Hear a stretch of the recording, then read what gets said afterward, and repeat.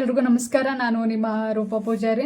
So ಇವತ್ತು video ಮಾಡೋ ಕಾರಣ ಏನಪ್ಪ ಅಂತಂದರೆ, ನನಗೆ ಸುಮಾರು ಜನ ಕೇಳ್ತಿದ್ರಿ, ಮೇಡಮ್ ನಿಮ್ಮ ಪುಸ್ತಕದಲ್ಲಿ ಬರೆದಿರೋ ಸಾಲು ಎಲ್ಲ ಕೂಡ ತುಂಬ ಅದ್ಭುತವಾಗಿದ್ದಾವೆ, ನಮ್ಮ ಜೀವನದಲ್ಲಿ ಆಗಿರೋಂಥದ್ದೇ ಆಗಿದೆ, ಅದು ನಮ್ಮ ಬದುಕಲ್ಲಿ ಆಗಿರೋ ಘಟನೆಗಳನ್ನೇ ನೀವು ಬರೆದಿದ್ದೀರ, ತುಂಬ ಇಷ್ಟ ಆಯಿತು ಅಂಥೇಳಿ.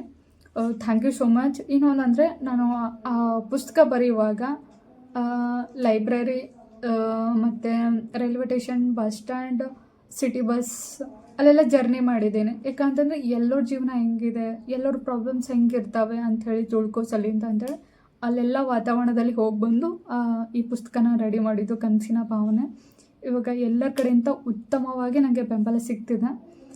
ಇನ್ನೊಂದು ಮುಖ್ಯವಾಗಿ ಈ ವಿಡಿಯೋ ಮಾಡೋ ಕಾರಣ ಏನಪ್ಪ ಅಂತಂದರೆ, ಒಂದು ಬೇಸಿಕ್ ಪ್ರಾಬ್ಲಮ್ಸ್ ನನಗೆ ಒಬ್ಬರು ಹೇಳಿದರು, ಒಬ್ಬರು ದುಃಖ ಸಂಗತಿ ಕೂಡ ಹಚ್ಕೊಂಡ್ರು, ನಮ್ಮ ಕನಸಿಗೆ ಹಿಂಗೆ ಆಟ ಆಗ್ತಿದೆ, ಆ ಥರ ಪ್ರಾಬ್ಲಮ್ಸ್ ಆಗ್ತಿದೆ ಅಂಥೇಳಿ.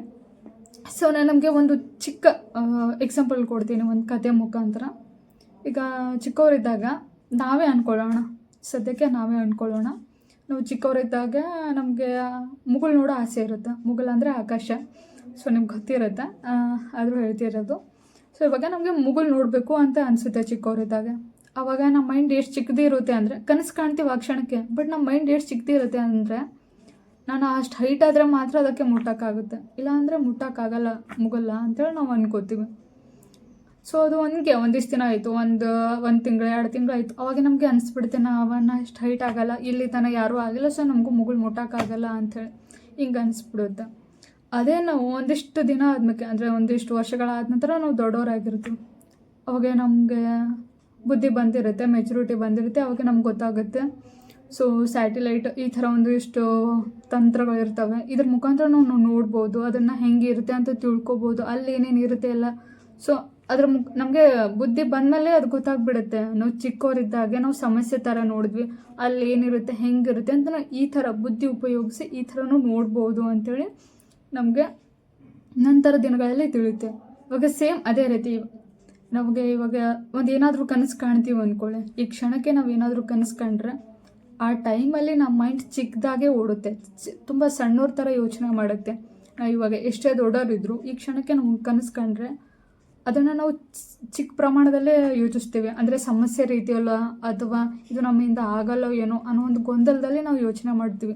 ಆ ಕನಸನ್ನು ಸ್ವಲ್ಪ ದಿನಗಳ ಕಾಲ ಅಥವಾ ಸ್ವಲ್ಪ ವರ್ಷಗಳ ಕಾಲ ಮುಂದಕ್ಕೆ ಹಾಗೆ ತೊಗೋತಾ ಹೋಗಿ, ಅಂದರೆ ಅದನ್ನು ಆ ಕನಸನ್ನು ನನಸಾಗಲ್ಲ ಅಂದ್ಕೊಂಡು ಅಲ್ಲೇ ಬಿಡಬೇಡಿ, ಹಾಗೆ ಮುಂದಿನ ದಿನಗಳ ತನಕ ತೊಗೊಂಡು ಹೋಗಿ ಮುಂದೆ ನಿಮಗೆ ಅಂದರೆ ಇವಾಗ ಯೋಚನೆ ಬರುತ್ತೆ, ಬುದ್ಧಿ ಬಂದಿರುತ್ತೆ. ಸೊ ಆವಾಗ ನಿಮಗೆ ಒಂದು ಒಳ್ಳೆ ಮಾರ್ಗ ಸಿಗುತ್ತೆ, ನನ್ನ ಕನಸನ್ನು ಈ ರೀತಿಯಲ್ಲಿ ನಾವು ನನಸು ಮಾಡ್ಕೋಬೋದು ಅಂಥೇಳಿ.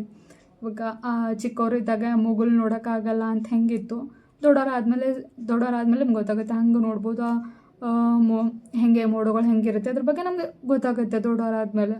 ಸೊ ಸೇಮ್ ಈ ಕ್ಷಣಕ್ಕೆ ನಾವು ಏನು ಕನಸ್ಕೊಂಡಿರ್ತೀವೋ ಅದು ನಮಗೆ ಸಮಸ್ಯೆ ಥರನೇ ಕಾಣಿಸುತ್ತೆ. ಮುಂದಕ್ಕೆ ಹಾಗೆ ತೊಗೊಂಡು ಹೋಗಿ ಅದಕ್ಕೆ ಒಂದು ಉತ್ತಮ ಮಾರ್ಗ ಮತ್ತು ಅದು ಕನಸು ಕೂಡ ನನಸಾಗುತ್ತೆ. ಅದನ್ನು ನೀವು ತೊಗೊಂಡು ಹೋಗೋದು ಮುಖ್ಯ ಆಗುತ್ತೆ. ಫಸ್ಟ್ ಆಫ್ ಆಲ್ ಅದನ್ನು ನೀವು ತೊಗೊಂಡು ಹೋಗೋದು ಮುಖ್ಯ ಆಗುತ್ತೆ. ಇದು ನನಸಾಗಲ್ಲ ಅಂತ ಅಲ್ಲೇ ಬಿಟ್ಟರೆ ಅದು ಹಾಗೆ ಉಳ್ಕೊಂಡ್ಬಿಡುತ್ತೆ. ನೀವು ಕಂಡಿರೋ ಕನಸನ್ನು ಮುಂದಿನ ದಿನಗಳ ತನಕ ತೊಗೊಂಡು ಹೋಗ್ತಿರಲ್ಲ, ಅದು ಮುಖ್ಯ ಆಗುತ್ತೆ.